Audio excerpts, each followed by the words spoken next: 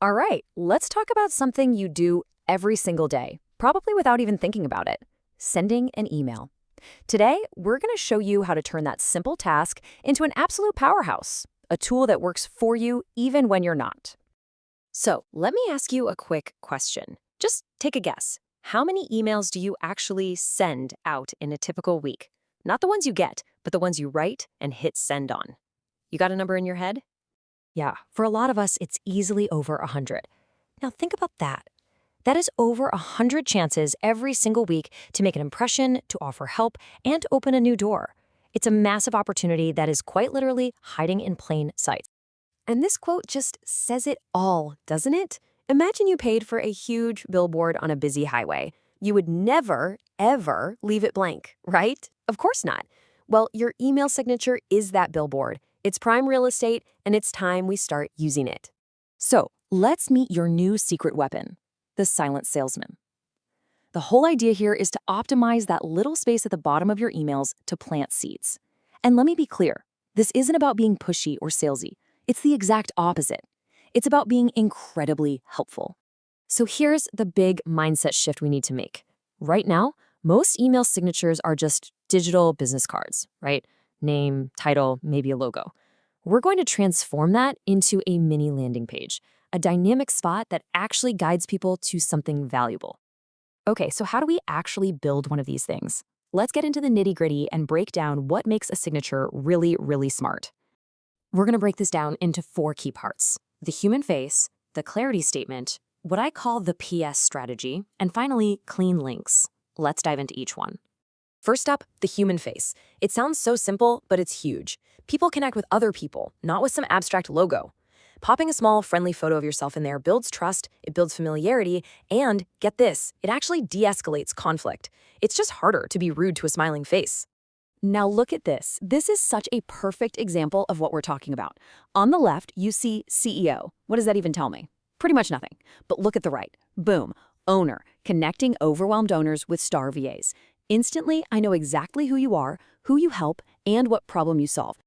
And that's the magic of the clarity statement. Stop just listing your job title. Start telling people what you actually do for them. It completely reframes the conversation and positions you as a problem solver from the get-go. Okay, this next part, this is a total game changer. You know, eye tracking studies have shown that the PS line is one of the most read parts of any email. Our eyes are just drawn there. It's a weird brain quirk, and we can use it to make what's called a soft offer. Let's look at the difference. The bad PS? Check out my website. So lazy, right? No one's clicking that. But the good PS? Wondering what tasks you can outsource? Download my free VA Ready kit here. See, you're identifying a problem they might have, and you're offering a free, valuable solution. It's helpful, not hypey. And finally, element 4, clean up those links. Please, don't give people a wall of 5 or 6 different social media icons. It just creates decision paralysis. You know, when you have too many choices, you make no choice at all. Give them one clear, primary door you want them to walk through. Okay, so your signature is now a powerhouse. Awesome, but we're not done. Let's apply that same silent salesman thinking to another piece of prime real estate you're probably ignoring: your out-of-office auto reply. A normal "I'm away" message is a total dead end. It just stops the conversation cold. But what if, instead, we turned it into a helpful detour? What if you could give the person who emailed you something useful to do while they wait for you to get back? You're serving them even when you're not there. And here's what that looks like in the real world. This is so smart. You set a clear boundary: I'll respond on Monday, but then you immediately pivot to value. In the meantime, here's a resource that might help you right now. It's brilliant. You're driving traffic and being helpful all while you're on vacation.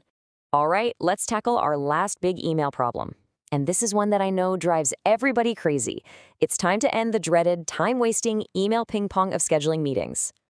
Ugh, you know this dance, right? Are you free Tuesday? Nope. How about Wednesday? Morning or afternoon? It can take 5, 6, 7 emails just to find a simple 30-minute slot.